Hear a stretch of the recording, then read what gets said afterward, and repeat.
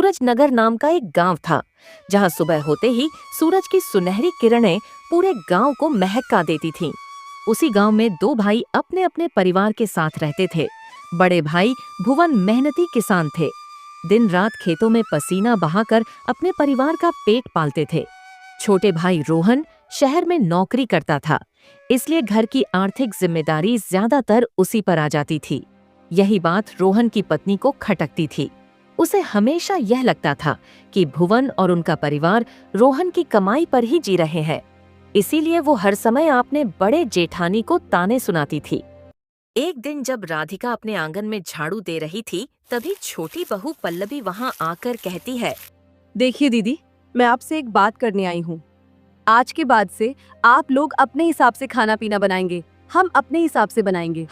हम अब एक साथ एक चूल्हे पर नहीं रहेंगे, समझे आप? ये सब तू क्या कह रही है छोटी? इस तरह अलग हो जाना क्या सही है? तू ही बता। वो दोनों सगे भाई हैं, हम दोनों देवरानी जेठानी हैं, तो एक ही घर में हमें कितना काम करना पड़ता है बता तो। हम दोनों मिलकर ही तो घर संभाल लेती हैं, फिर तू ऐसा क्यों कह रही है? नहीं दीदी, आप लोग अपने हिसाब से रहिए, हम अपने हिसाब से रहेंगे। इतना हम एक साथ नहीं रह सकते। और वैसे भी मेरा पति रोहन नौकरी करता है, कितनी मेहनत करके पैसे कमा कर लाता है। और आपके पति भवन, देखिए ना, खेतों में काम करके 2 पैसे कमाते हैं।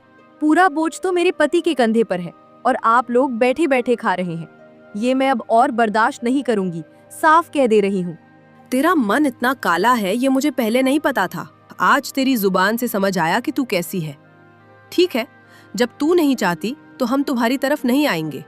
और हाँ, तुम लोग भी हमारी तरफ मत आना, मैं अभी कह दे रही हूँ। और हाँ, अगर आप लोगों की कोई चीज हमारे यहाँ रह जाती है तो वो चीज आपको दोबारा नहीं मिलेगी, वो चीज हमारे पास ही रह जाएगी। ये कैसी बात हुई छोटी? अगर कोई चीज गलती से तुम्हारी तरफ चली जाए तो तू उसे रख लेगी, इसका क्या मतलब है? तू मेरी तरफ फेंक देना, मैं उठा लूंगी, पर तू अपने पास क्यों रखेगी?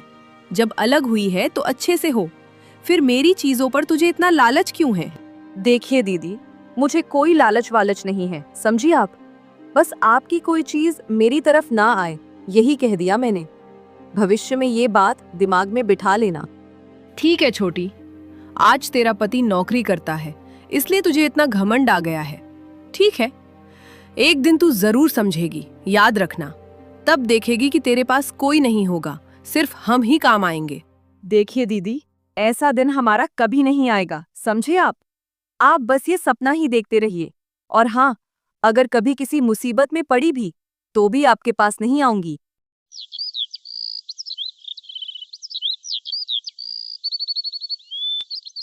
दोपहर में भुवन अपने खेत का काम खत्म करके घर वापस लौट आता है। घर के अंदर खाने की जगह पर भुवन अपने छोटे भाई को न देखकर हैरान हो जाता है। क्या हुआ भाग्यवान, मुझे अकेला खाने दे दिया? रोहन कहाँ है? आज तो रविवार है, रोहन का ऑफिस भी बंद है, तो रोहन यहाँ खाने क्यों नहीं आया? रोहन भाई, अब तुम्हारे साथ कभी बैठकर नहीं खाएंगे, समझ गए? तुम चुपचाप खा लो अब। ये तुम क्या कह रही हो? वो तो मेरा अपना भाई है, फिर मेरे साथ बैठकर खाने में उसे क्या दिक्कत है? देखो, तुम्हारे साथ बैठकर खाने में भाई को कोई दिक्कत नहीं है, सारी दिक्कत पल्लवी को है। आज सुबह पल्लवी मेरे पास आकर बोली कि वो अब एक साथ नहीं रह सकती। तुम खेतों में काम करके कम पैसे कमाते हो और उसका पति नौकरी करता है। हम लोग जैसे उसके पति की कमाई पर बैठकर खा रहे हैं। तुम्हें बताओ, इतना बड़ा अपमान सुनने के बाद क्या साथ रहा जा सकता है? ये तुम क्या कह रही हो भाग्यवान? बहू ने तुमसे ऐसी बातें कही? देखो, मैंने भले ही कम कमाया हो, पर मैंने अपने भाई को पढ़ाया लिखाया है। कम कमाई के बाद भी आज ऐसा सुनना पड़ेगा, कभी सोचा नहीं था। ठीक है बहू, रहने दो, वो अपने हिसाब से रहें और हम अपने हिसाब से रहते हैं। हाँ जी, अगर वो हमारे बिना सुखी रह सकते हैं तो रहने दो। और भाई को भी क्या बोलूं? भाई को तो उसी के साथ घर बसाना है। वो अगर हमेशा ऐसे ही झगड़ा करेगी और भाई जब बाहर जाएगा तब किस चिंता में क्या हो जाए। उससे अच्छा है कि उन्हें वही शांति से रहने दिया जाए। भाई अगर हमसे रिश्ता रखना चाहेगा तो रखेगा, इसमें क्या बुराई है? देखो भाग्यवान, मैं जो कमा रहा हूँ उसमें तो हमारे 3 लोगों का पेट अच्छे से भर जाएगा। पर जानते हो, मुझे इस बात का बहुत बुरा लग रहा है। मैं अब अपने भाई के साथ बैठकर कभी नहीं खा पाऊंगा, जिस भाई को मैंने अपने हाथों से बड़ा किया है। अच्छा सुनो, तुम इतना दुखी मत हो। अब चुपचाप खा लो और देखो हम भी अच्छे से रहेंगे। अब मैं छोटी को दिखा दूंगी कि हम उनसे भी अच्छी हालत में हैं और बहुत खुश हैं। इसी तरह कुछ दिन बीत जाते हैं। एक दिन पल्लवी जब अपने आंगन में झाड़ू लगा रही थी, तभी अचानक उसका पैर फिसल जाता है और वह गिर जाती है। ओ बाप रे, ओ माँ, मेरी कमर ही टूट गई रे बाबा। मैं यहाँ से अब उठ भी नहीं पा रही हूँ। और तभी वहाँ पर राधिका आ जाती है। ए भगवान छोटी, तू कैसे गिर गई? अरे बहुत चोट लगी है ना? पर क्या करूँ बता, मैं बहुत मजबूर हूँ। तुझे हाथ पकड़कर उठा भी नहीं सकती। तूने खुद ही कहा था कि मैं उस तरफ से तेरी तरफ ना आऊं, और देख, तू गिरी तो गिरी, अपनी ही सीमा की तरफ गिरी, जहां मुझे उठाने का कोई मौका नहीं है। तूने जो मना किया था, तेरी बात तो रखनी पड़ेगी ना। देखिए दीदी, अपना ये मजाक करना बंद कीजिए, ठीक है? मैं यहाँ गिर गई हूँ, मुझे बहुत चोट लगी है और मुझे क्या महसूस हो रहा है वो मैं ही जानती हूँ। अब आपको मौका मिल गया है, इसीलिए आप कह रही हैं कि मुझे उठा नहीं सकती। आपको उठाने की जरूरत नहीं है, मैं खुद उठ सकती हूँ, ठीक है? देख छोटी, मैं कोई मजाक नहीं कर रही हूँ। तुझे जितनी तकलीफ हो रही है, उससे ज्यादा दुख मुझे हो रहा है कि तू यहाँ गिरी पड़ी है, फिर भी मैं तेरा हाथ पकड़कर तुझे उठा नहीं पा रही हूँ। ठीक है, तू खुद ही उठकर चली जा, मैं और क्या कहूँ। ठीक है दीदी, आज मैं गिर गई हूँ, इसलिए आपको बड़ी खुशी हो रही है ना? मेरा भी समय आएगा, जिस दिन आप गिरेंगी ना, उस दिन देखूंगी आपको कौन उठाता है। मैं तो अभी खुद ही उठ जाऊंगी, पर तब देखूंगी आपको उठाने वाला कोई नहीं आएगा। हाँ, और तब आपकी हंसी कहाँ जाती है वो भी देखूंगी। देख छोटी, तुझे इस हाल में देखकर मुझे हंसी नहीं आ रही, विश्वास कर। पर अगर तू कहे तो मैं उस तरफ आकर तेरा हाथ पकड़कर तुझे उठा सकती हूँ। रहने दीजिए दीदी, आपको यहाँ आने की जरूरत नहीं है, मैं खुद उठ जाऊंगी। आपको देखकर ही मैं सब समझ गई हूँ। ठीक है, वक्त मेरा भी आएगा। इसी तरह कुछ दिन बीत जाते हैं। अचानक भुवन की तबीयत खराब हो जाती है और भुवन काम पर भी नहीं जा पा रहा था। कोई रास्ता नहीं है, क्या करूं मैं? घर में थोड़े आलू और चावल थे, वही बनाया है। सब्जी वब्जी कुछ नहीं बना पाई, क्योंकि साग सब्जी या बाजार से कुछ आया ही नहीं है। अरे भाग्यवान, तुम्हें इतनी चिंता करने की जरूरत नहीं है। अब तो मैं थोड़ा ठीक हूँ और तुमने जो बनाया है वही मुझे दे दो, मैं खा लूंगा, मुझे कोई दिक्कत नहीं होगी।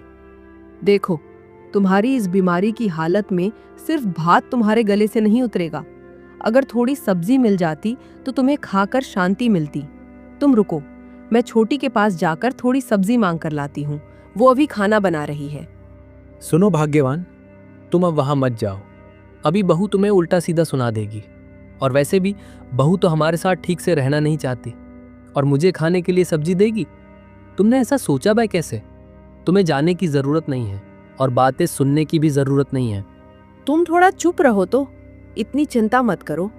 सुनो, तुम्हारी तबीयत खराब है ये तो सब जानते हैं, और छोटी के पास जाकर अगर थोड़ी सब्जी मांगूंगी तो वो मना नहीं करेगी।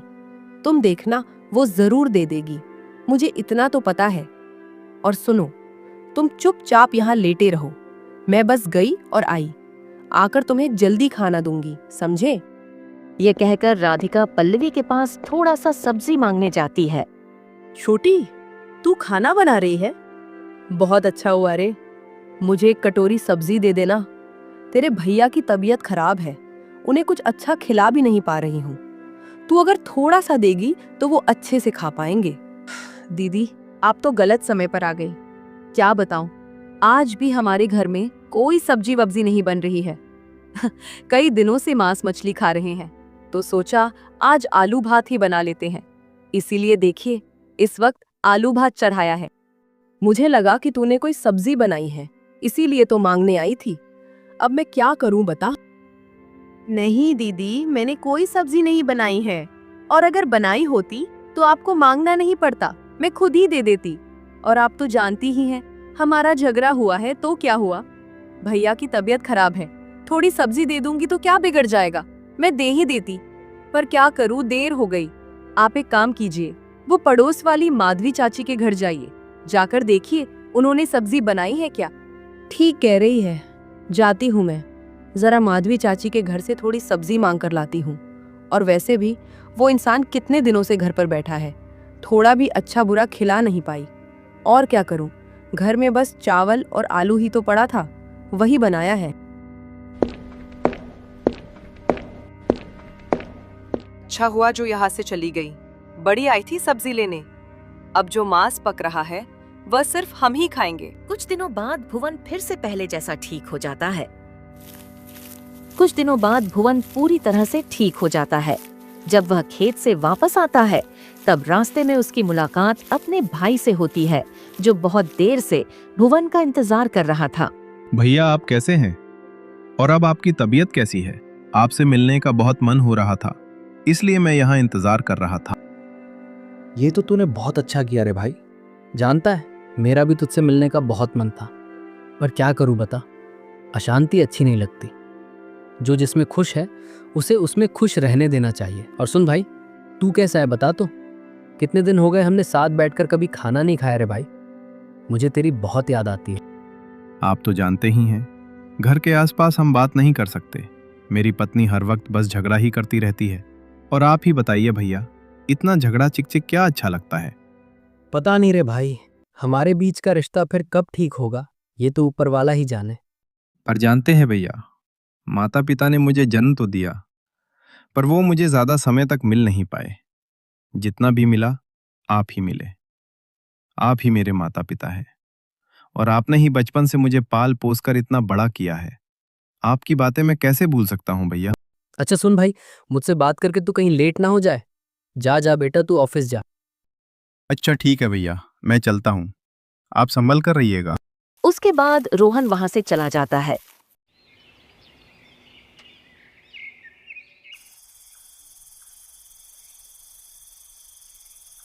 क्या हुआ? जब से आप ऑफिस से घर लौटे हैं, देख रही हूँ आपका मन कहीं और ही है। बताइए तो क्या हुआ है? आप इतने खोए खोए से क्यों लग रहे हैं? पल्लवी तुम्हें क्या बताऊं, मैं जो काम करता हूं वो अब नहीं रहा। ऑफिस वालों ने मुझे नौकरी से निकाल दिया है। ये तुम क्या कह रहे हो? तुम्हारी नौकरी चली गई है, अब हमारा घर कैसे चलेगा? क्या तुमने एक बार भी सोचकर देखा है? देखो पल्लवी, वो तो समझ रहा हूँ, अब घर कैसे चलाऊंगा समझ नहीं आ रहा है। और बैंक में भी कोई खास पैसा नहीं है। जो थोड़ा बहुत है वो अगर खत्म हो गया तो क्या होगा? अब हमें कटोरा लेकर सड़क पर भीख मांगनी पड़ेगी। नहीं नहीं, भीख क्यों मांगेंगे हम? सुनिए, उससे अच्छा है कि आप किसी और काम की कोशिश कीजिए। देखिए, आपको कोई दूसरा काम जरूर मिल जाएगा। आप इतनी चिंता मत कीजिए। तुम्हें तो पता है पल्लवी, अभी नौकरियों का हाल बहुत बुरा है। कहीं भी काम ठीक से नहीं मिल रहा है। और देखो, मैं काम ढूंढने की कोशिश तो जरूर करूंगा, पर काम मिलते मिलते बहुत समय लग जाएगा। तब तक हमें भैया भाभी के पास रहना होगा। इन दोनों में से कोई एक ही रास्ता है, वरना हमें सड़क पर भीख मांगनी पड़ेगी। नहीं नहीं, हम भैया भाभी के पास भी नहीं रहेंगे। इससे बेहतर है कि हम दोनों मेरे मायके चलें। जब तक तुम्हें नौकरी नहीं मिल जाती, हम वहीं रहेंगे। देखो पल्लवी, तुम अपने मायके जा सकती हो, मुझे कोई ऐतराज नहीं है, पर तुम्हारे मायके जाकर मैं नहीं रह पाऊंगा। अच्छा ठीक है, जब आप यही रहना चाहते हैं तो मैं भी रहूंगी। ठीक है, अगर तुम्हें यहाँ रहना है तो रहो, वरना तुम जा सकती हो। मैं तो अपने भैया भाभी के पास ही रहूंगा।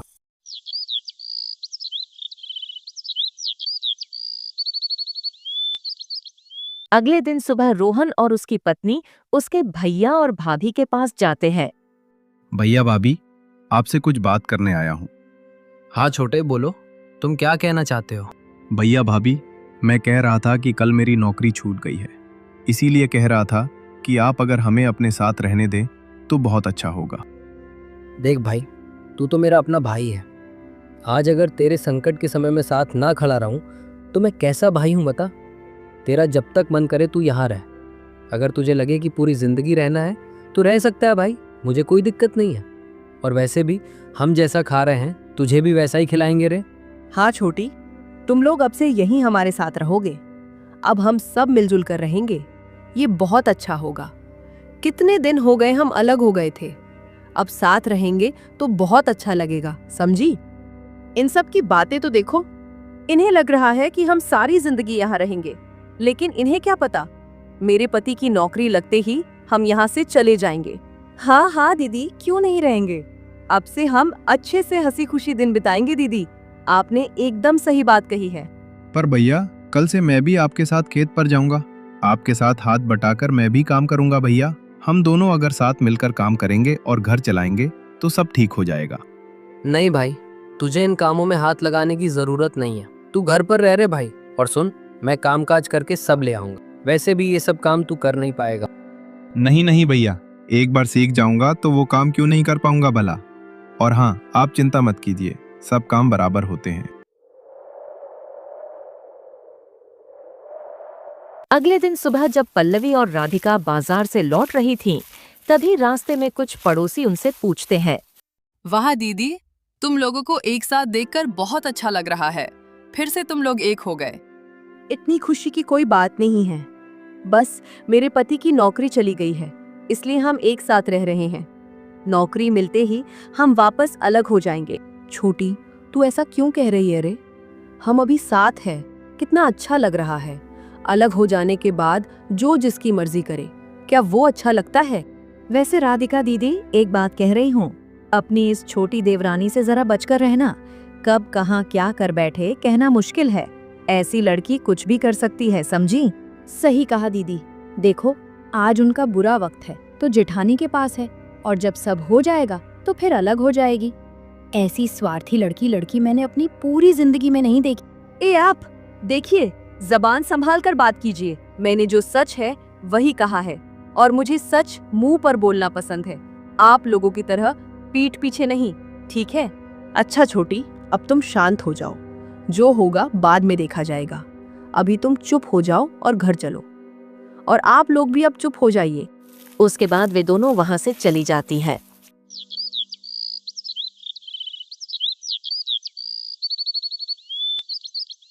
अगले दिन सुबह जब पल्लवी अपने आंगन में झाड़ू लगा रही थी, तभी अचानक उसका पैर फिसल जाता है और वह वहां गिर जाती है। उसी समय राधिका वहां पहुंच जाती है। छोटी, क्या हुआ तुम्हें? तुम अचानक ऐसे गिर क्यों गई? छोटी, तुम कुछ बोल क्यों नहीं रही हो? नहीं, ऐसे नहीं चलेगा, मुझे अभी कुछ करना पड़ेगा। उसके बाद उसे अस्पताल में भर्ती कराया जाता है।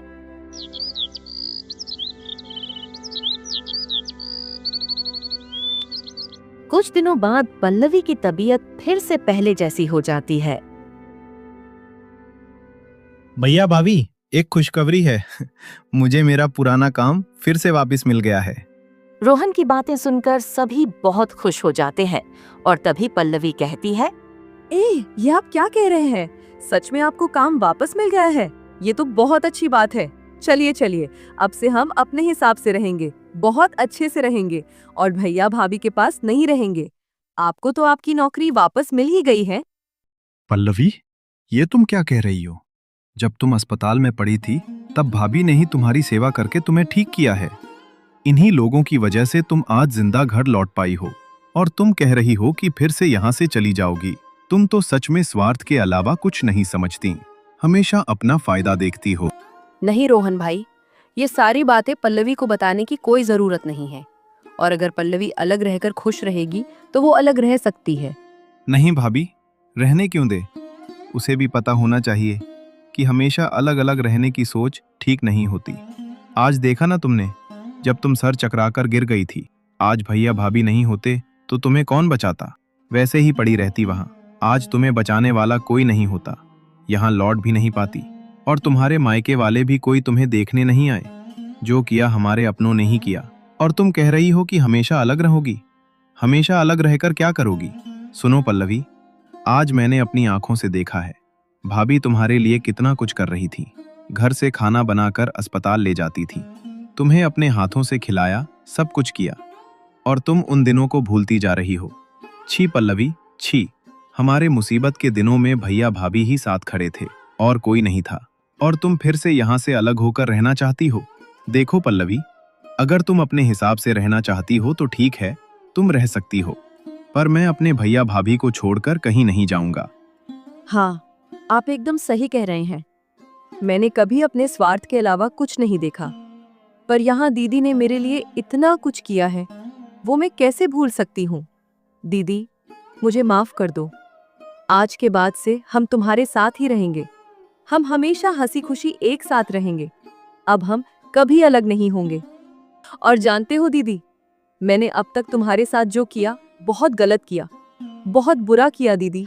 फिर भी तुम मुझे माफ कर देना। इसमें माफी मांगने की क्या जरूरत है? तुम छोटी हो तो छोटे की गलती को माफ करना मेरा फर्ज है। और हाँ, अब से हम सब एक साथ ही रहेंगे।